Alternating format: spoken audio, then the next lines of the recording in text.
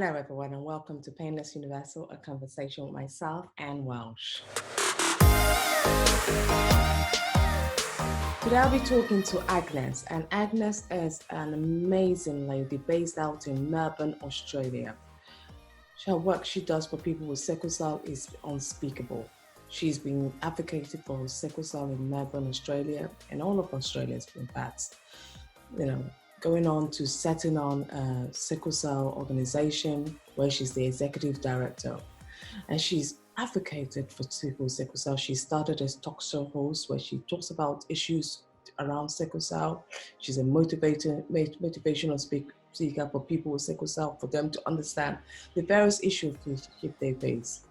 One of the key reasons she's part of this, and she does this very carefully, is her own daughter was diagnosed with sickle cell. Meet Agnes. Hello, everyone. Welcome to Painless Universal, a conversation with myself and Welsh.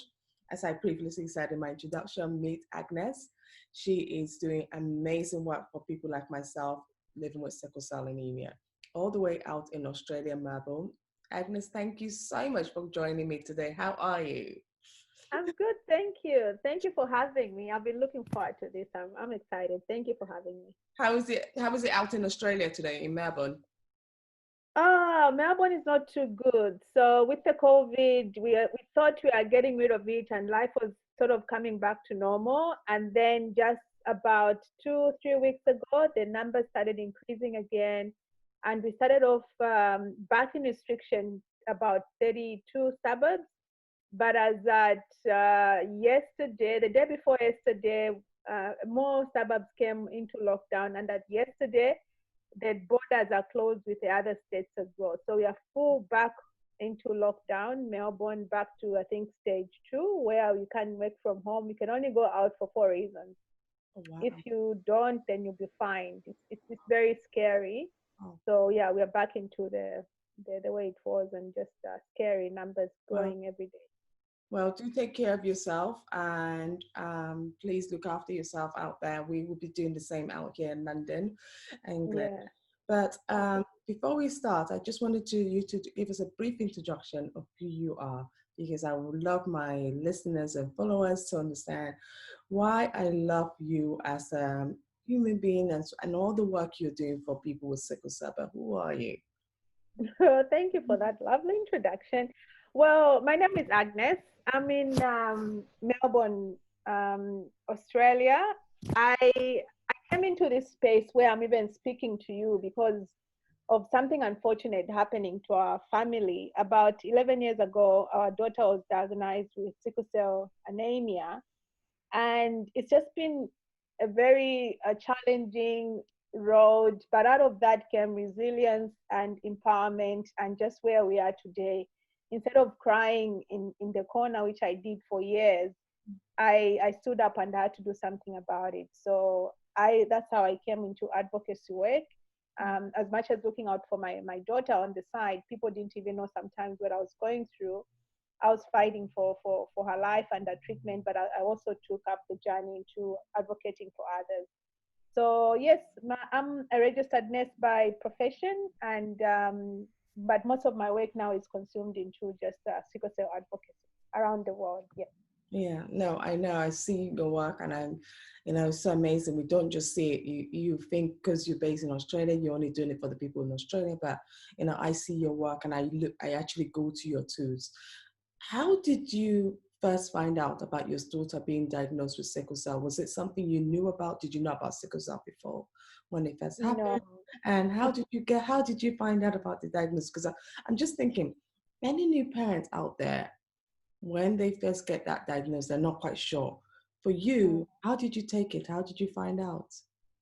I was lost, and I've been, after what happened to us. I've been asking around parents, and we've got a very similar. Almost every one of us who didn't know what it was, we've got a similar story. And the story is that I heard about it once or twice at school. I had a friend actually who was my namesake. She had sickle cell disease, but that was it. I didn't know whether it was an infection or what it was. And then I became an adult. I started work. I got married. I had my first 3 kids.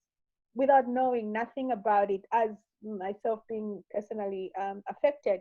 But I had elder sisters I called in the community who had kids, and I started helping them initially, hospital appointments, without knowing. I think God was trying to prepare me until our youngest daughter was born about 11 years ago. And after getting sick with so many symptoms that at the time was sickle cell symptoms, we didn't know. At 14 months, she was diagnosed with sickle cell. I was lost. I just like, because I'd seen what was happening to my sister's kids, and we cried together. Like my one of my elder sisters, she came. I was in hospital, the certain ward where I was. She knew from the name of the ward when I told her that we were in hospital that something was wrong, because it turned out it was an hematology ward and cancer ward. So she was just wondering, why are you in this ward? But I had no idea, because none of my kids have been in hospital before. None of myself or my husband had been in hospital before. So I was lost. I seriously didn't know what to do, and our life just turned upside down overnight. So I had no idea what it was. So when you say when you first got the news, were there symptoms that she had that made you think, like, when she was probably one, because I was diagnosed at 6 months. So, I mean, not diagnosed, but my mom started noticing my symptoms at 6 months. So you said 14 months, but in the beginning, was there any symptoms? Did she show any kind of signs that she might be sickle cell baby? Or even at hospital, when they tested, did they not do any blood tests? Because I believe she's born in Australia, right? Yes, yes. So she was born in Australia, and the funny thing is, when I was pregnant with her, I was sick. I had an unknown disease that the doctors actually didn't know what was wrong with me. They tested me for everything on this earth, including putting cameras down my throat just to find out whether I had tumors or anything.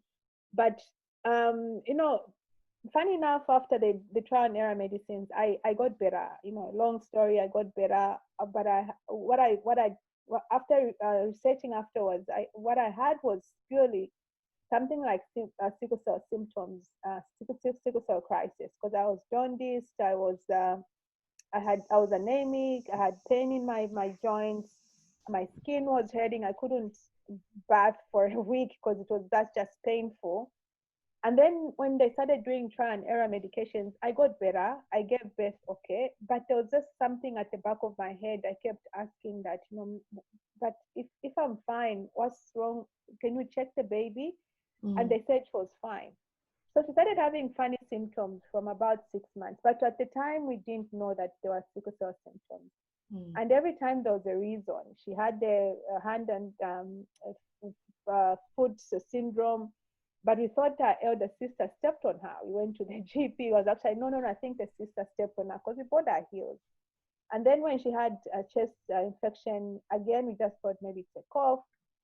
But even if it came back 2 times, the pneumonia came back 2 times, but never at the back of my head did I think it was sickle cell until the last attack of the acute chest syndrome at 14 months.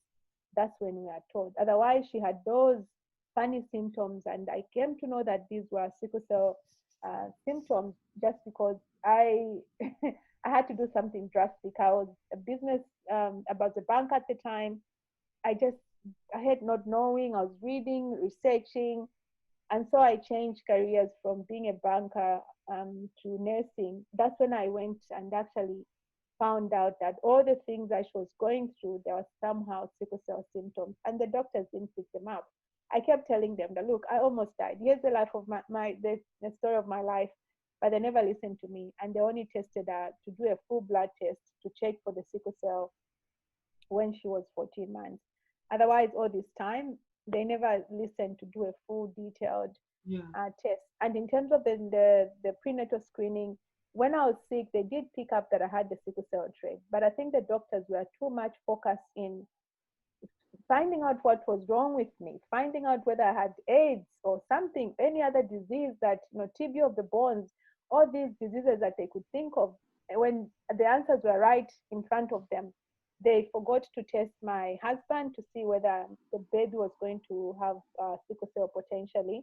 So they missed it out. Mm. So that's What? why they never told us to go back after about 6 months to take her. So Yeah. that's what happened. Yeah. You know, when you finally found out your daughter had sickle cell, did you really know anything about it at the time, or were you just um okay, what is this? Did you know anything, and how did you start to gain knowledge about what this illness is?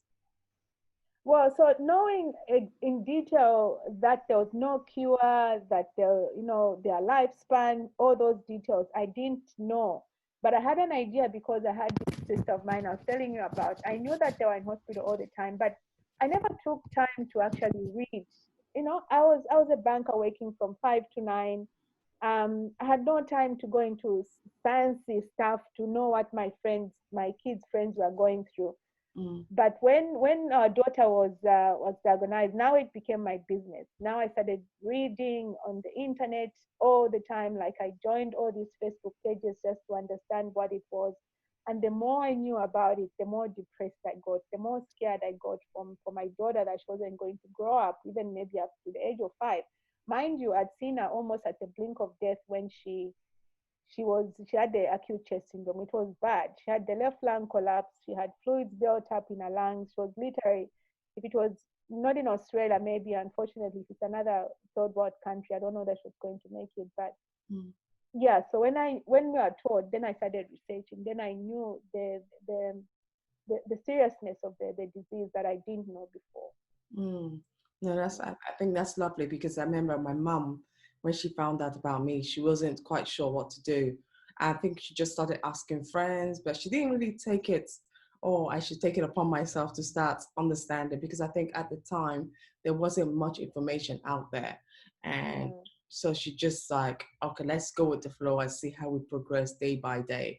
But on your note, you just didn't stop there on trying to research and understand what your daughter.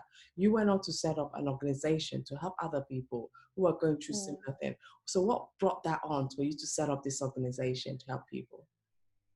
Yeah, so as I said, the more I started reading, the more depressed I got. And the only way I could do this was when I looked around in Australia, there was no support group whatsoever, apart from the hospitals, and the doctors were really nice.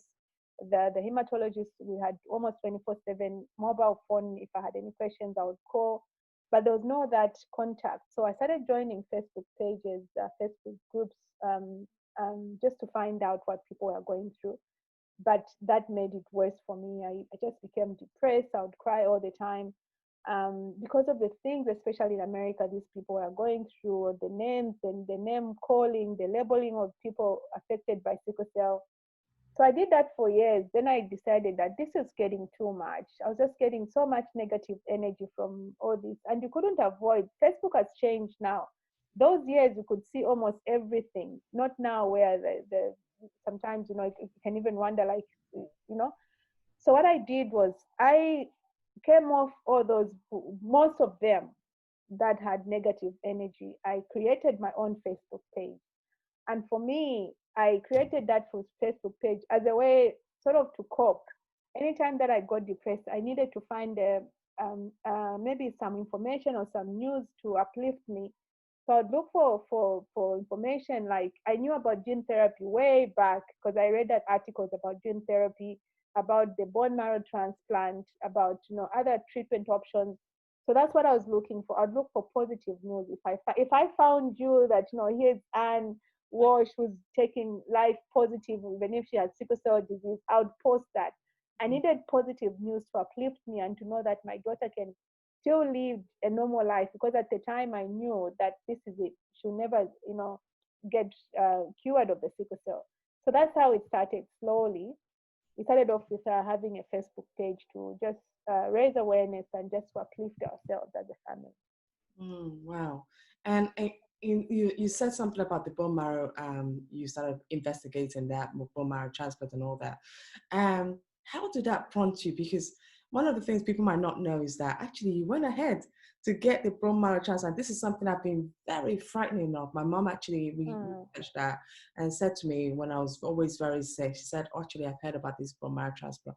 I think you should consider it because I'm sick and I'm tired of you being sick, and I don't want to just lose you because this is, I was sick every week.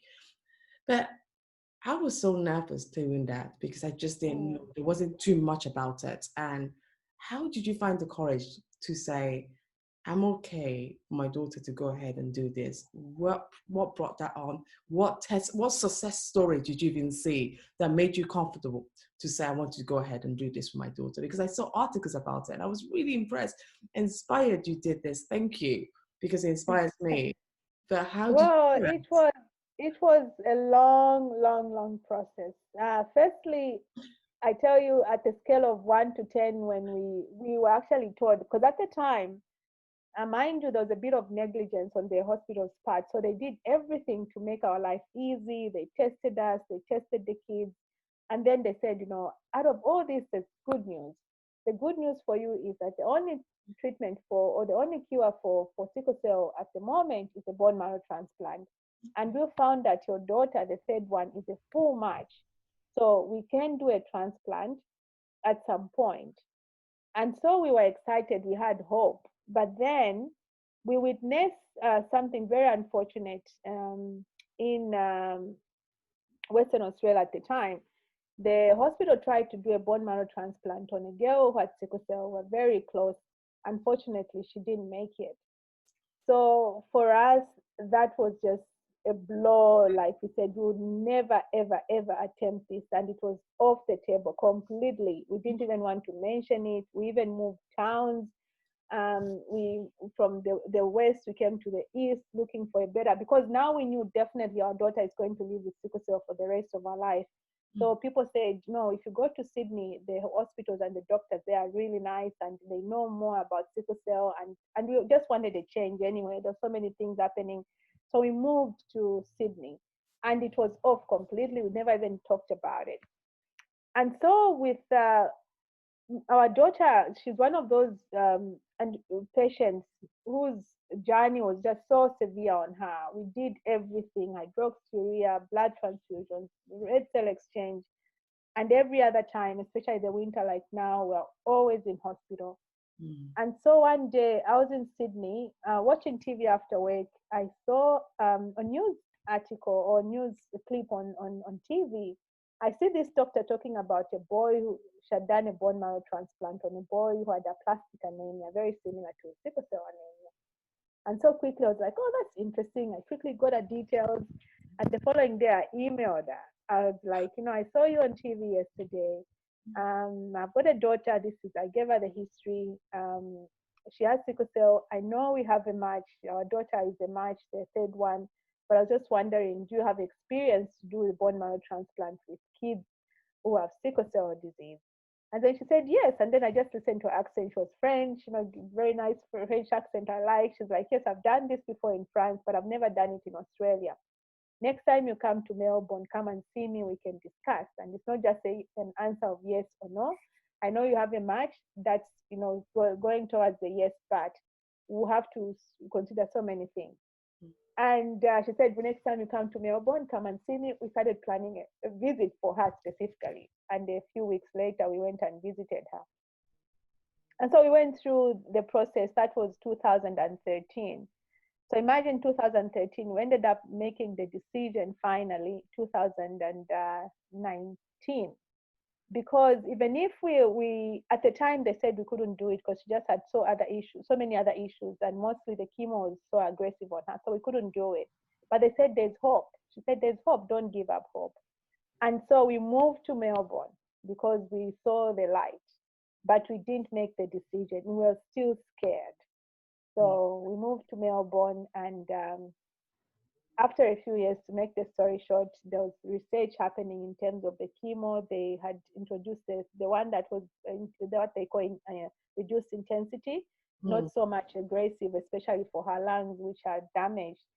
And then the doctor said, now we can do it because there's this new chemo, we can do it. And that was in 2013, 14, somewhere there. No, 2016. But still, we as a family were not ready at the time.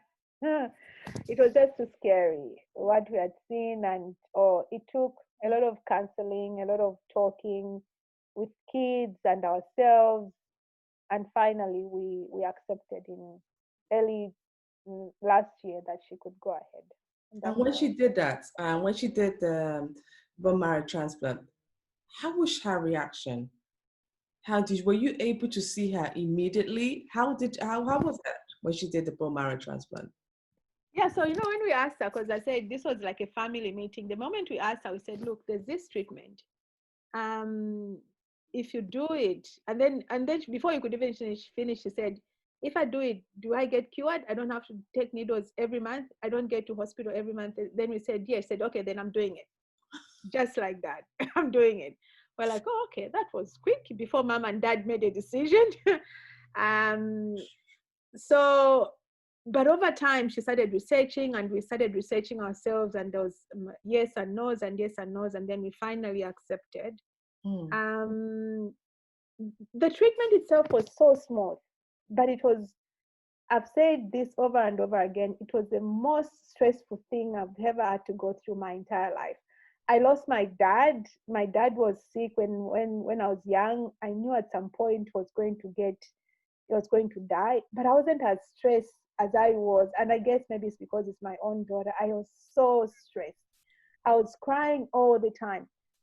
But I kept asking myself, why are you crying? Because she was fine. The Yeah. treatment was so smooth. I tell you, so smooth that the Well, doctors how were long does it last? How long does it so last? when you go in hospital, with the first 10 days, we had to do the chemo. We do the chemo for 10 days, and you stay in hospital depending on how you react to the treatment. Mm. Once they wipe out the immune system, then you wait for the cells to grow. And I think our cells grew at around 21 days post transplant. Day 20 plus 21, they call it. So we stayed in hospital the minimum time. The minimum time is about 29, 30 days. We stayed in hospital the minimum time.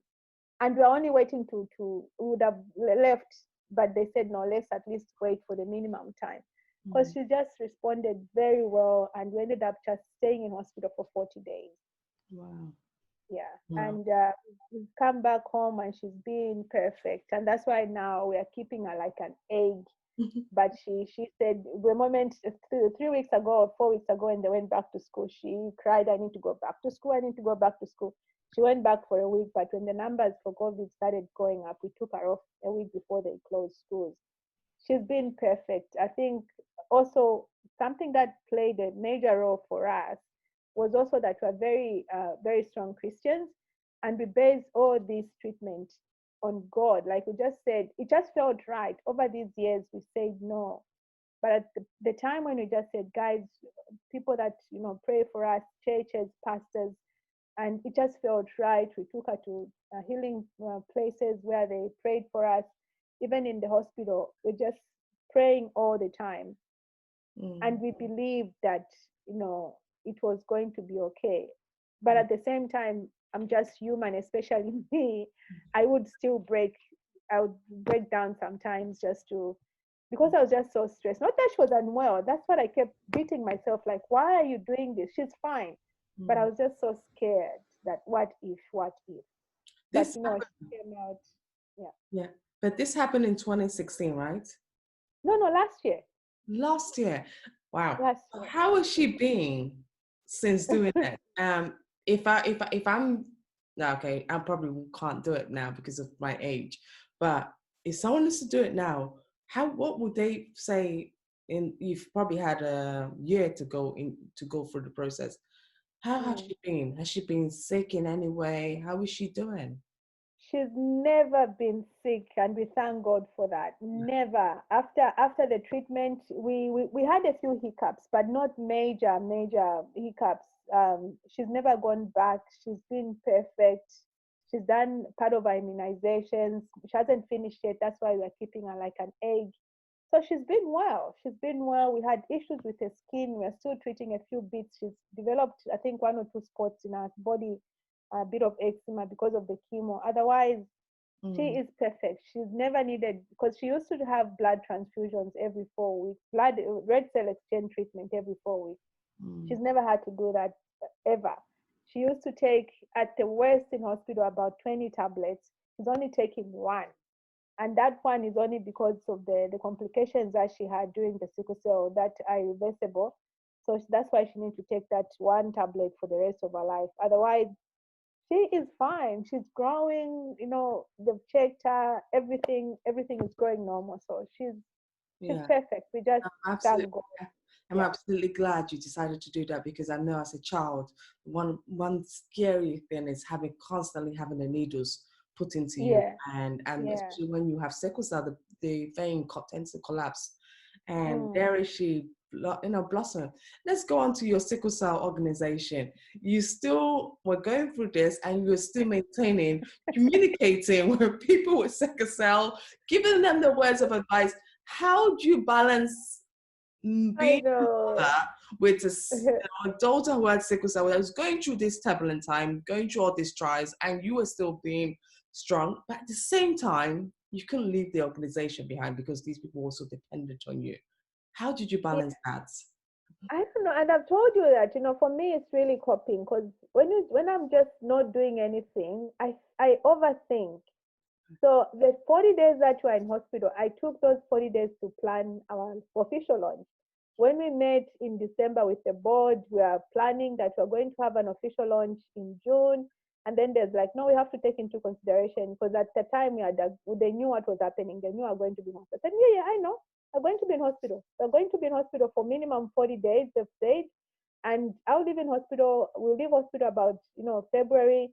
We should be fine by June but how are we going to plan? I said, don't worry about it.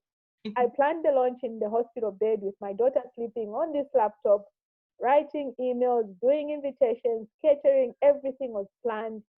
And we had one of the most successful launches in Melbourne in terms of not-for-profit organizations, even up to now. People that came to our launch, they talk about it.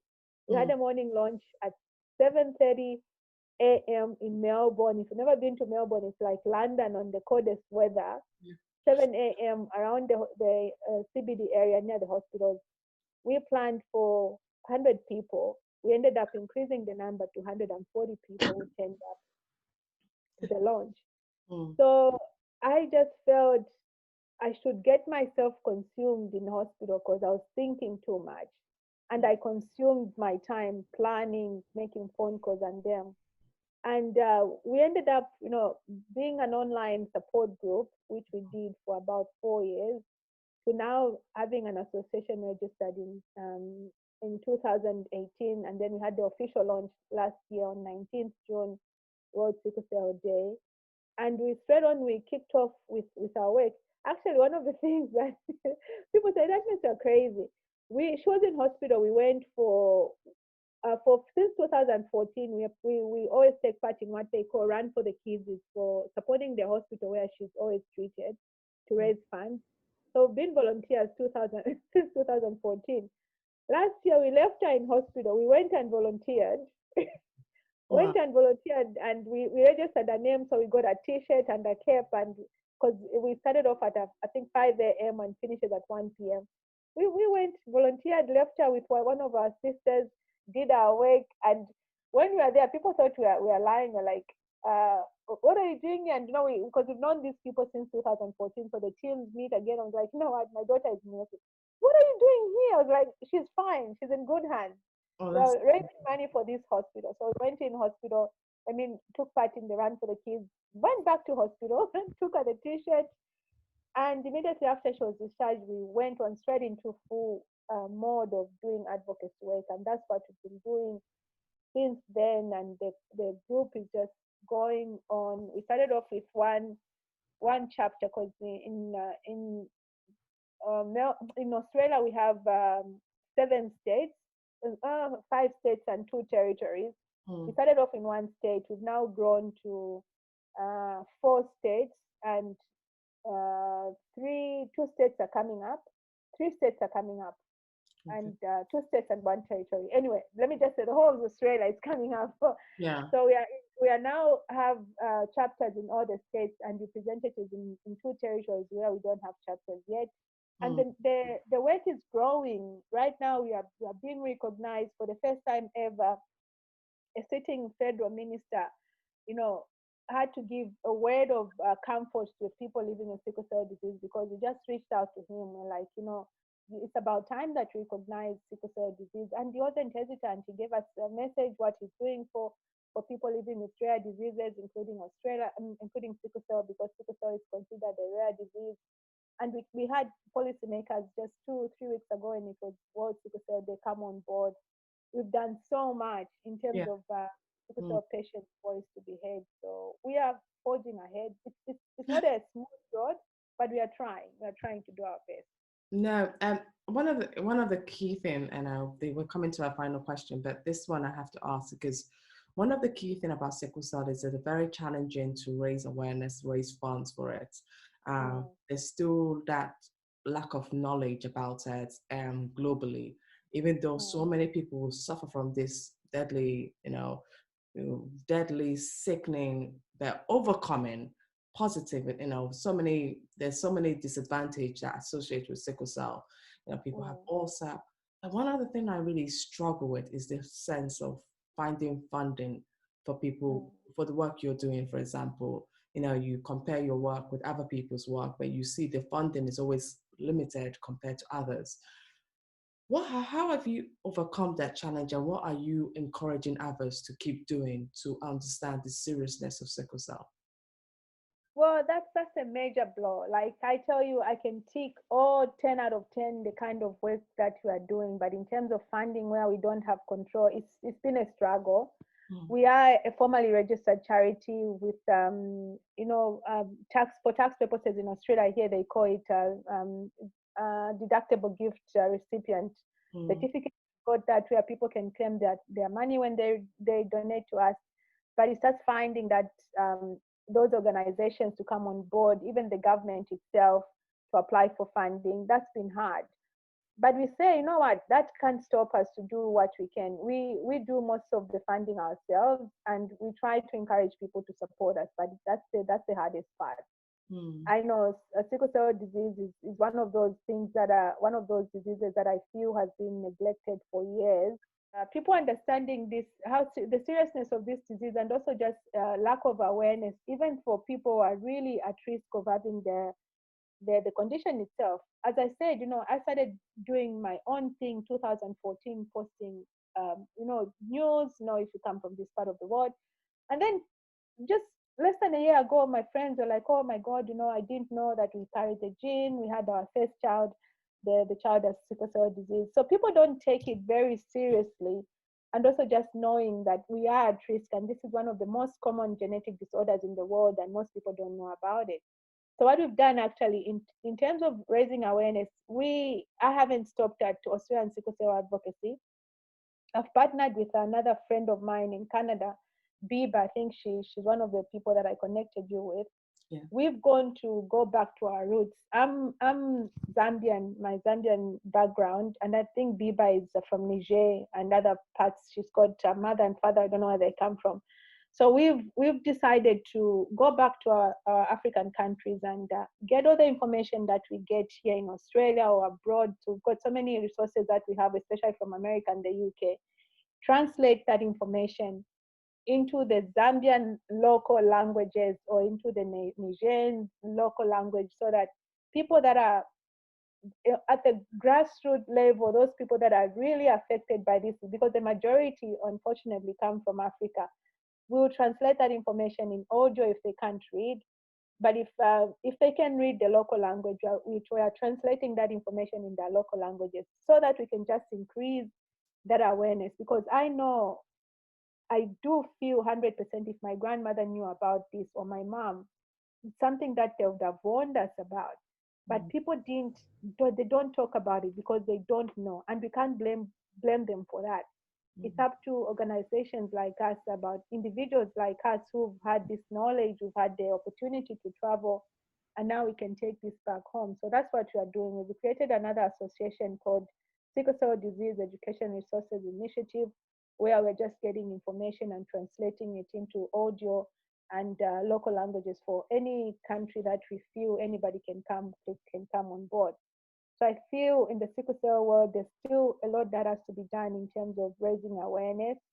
Um, and support, because one of the things that I've seen across just everywhere, support for sickle cell research is lacking. Mm. So hopefully this will change as we go on, but it's a challenge, to be honest, even here in Australia. But we don't give up. We don't give up. We just say, come on board if you want to support. If you don't, we'll do it. We do it ourselves. So we most of the time, if we support ourselves, we pay for almost everything from the pocket, our pocket. So This is a challenge I've always found with sickle cell, is that it's very hard to mm, get people convinced that this is a serious illness that needs supporting, needs more mm. research into. And it's one of the things that I really hope one day that would change. My final question, this brings me to your hope. You've had a daughter with sickle cell who's overcome it one way, and you've started an organization reaching out to various people who are living with this challenge of sickle cell. You also did a talk show host where you talked to various people about, struggles of Yes, daily yes. challenges of living with sickle cell, and Mm. everything. You've really based your life around sickle cell because you really are really out there to help people. And this is something that I really applaud you for. I thank you for. What is your message in seeing all of this in these various stages, talking to people, in running an organization and having a daughter? What is your message to people out there who don't know about sickle cell? What is your hope that this or your knowledge that you've learned can change? I feel, and this is why thank God you've talked about the talk show that came up just as a one thing because of the COVID-19. So we decided to do education sessions, and people got interested, and here we are now. We are doing this every week on Thursday or Friday or and Friday, and we're just trying to again raise the bar in terms of advocacy work. We've seen that if we do that, most people, I think most people like seeing their visual things, and maybe that way will change the way we see sickle cell disease, and we are going to raise our voices. I feel again, the more we put in effort, especially for us people who've known about this disease, and continue on the advocacy and encourage others to come on board, I think we'll achieve more. I was just speaking about with my other friends. We're trying to organize something where we want to bring, especially people that come from our backgrounds in Africa, who are still struggling in terms of raising their voices. There's still a bit of stigma attached to having sickle cell, unfortunately, and we need to try to break the barriers, um, and just say it's okay. See how people who have cancer, breast cancer, HIV in most parts of the world now, they're learning to speak up, and that's what it should be for sickle cell disease. It's about us educating employers, people who don't know what it is, and clinicians and other healthcare professionals, schools, colleges. It's up to us to raise the bar and to educate them. And if nobody can't do it, let's do it ourselves. I feel this is why it's been neglected for so long, because there's so much stigma attached to this, especially a long time ago. They'll just tell the child won't live up to the age of 5. Or if they don't die at 5, they'll die at 14, or 21 is the max. They used to say that, and people tend not to speak about it. But I think it's our time now. The past 2 3 years, the bar's been risen. We see that most people are talking about it. Companies are coming on board, clinicians. For the first time ever, like those two drugs that came on board just last year, after just having almost one for most of the time. We had hydroxyurea since 1998 Mm. until 2017. We had Endera, and then two drugs came almost at the same time last year. So a lot of effort is being put in, and I think it's up to us to take advantage of this moment to Mhm. see how we can raise the bar and just continue talking. And that's why this is what you're doing. Like, we're just reaching up to see, just this doctor. There's a doctor that I really like, Dr. Zaid. He's very vocal on social media, and he calls it as it is, and how this disease has been neglected. And we just say, let's get in touch with him, and said, yep, I'm on board. And we're just trying to raise the bar and breaking the stigma as much as we can, the best way we can. That's what Wonderful. we're Well, Agnes, all the way from Melbourne, Australia, I really appreciate your time. I really love you talking to you because you really are setting the standards. You're not using any excuse on why we shouldn't keep vocally talking hard about sickle cell. I really appreciate this. Thank you so much. Thank you. Thank you. Thank you so much. Thank you so much for having me. And I invite you to come on one of our education sessions. You have a story to tell yourself. I just love you for what you are doing as well and doing your part in raising awareness. So let's make a date. I would join your show any day and I would tell my story. I am absolutely honored if I could come on. So thank you so Okay. much for the invitation. Thank you. All right. Thank you so much.